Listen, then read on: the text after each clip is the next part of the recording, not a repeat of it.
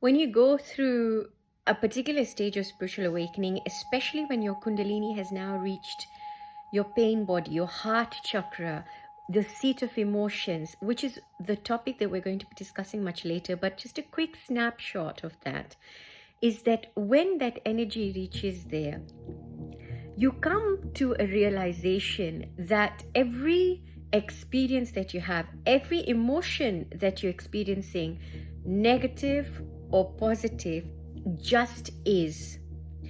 It is a part of your human experience. It is the part of your humanity. It is the part of you being in this three-dimensional body. It's the awareness of that body. So we don't reject or deny the flux of emotion, but you notice the flux of that emotion without identifying with it, rather leaving it as part and parcel of the human embodied experience.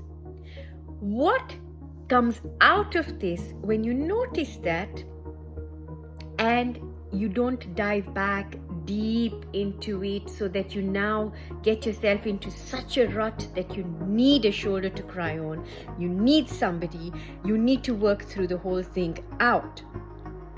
When you start to notice it like a pendulum moving, you're aware that there's a negative emotion, you're aware that there is a little bit of stress, but you will know how to just bring yourself back to center, whether that is you sticking to a practice or whatever it is that you do, or maybe a reminder that you are the consciousness, whatever it is, which is your dominant way of you living your life generally without the ebb.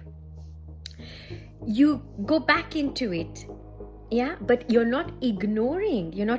So if you're someone who's chanting something, you could go back to it, but then you're aware that yes, there is something that has just disturbed my peace or my calm or has stressed you out.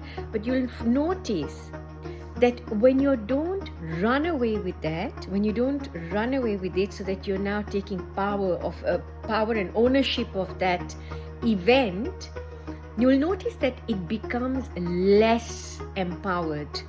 Yeah, so you're giving it the attention it deserves, in the sense that yes, you've noticed it as happening, but because you've not identified it, therefore saying that I am angry, I am anxious, I am whatever it is that I'm experiencing at that time, you will have created enough of a distance to yes, deal with it, be aware of it, not ignore it, and yet not empower it to the point that it then starts to define your entire life trajectory, which is what so many of us do who are stuck in our trauma responses. Sending you so much love. There will be a lot more on this, folks, because we're going to be dealing with the Kundalini rising into your heart later. Lots of love. Take care.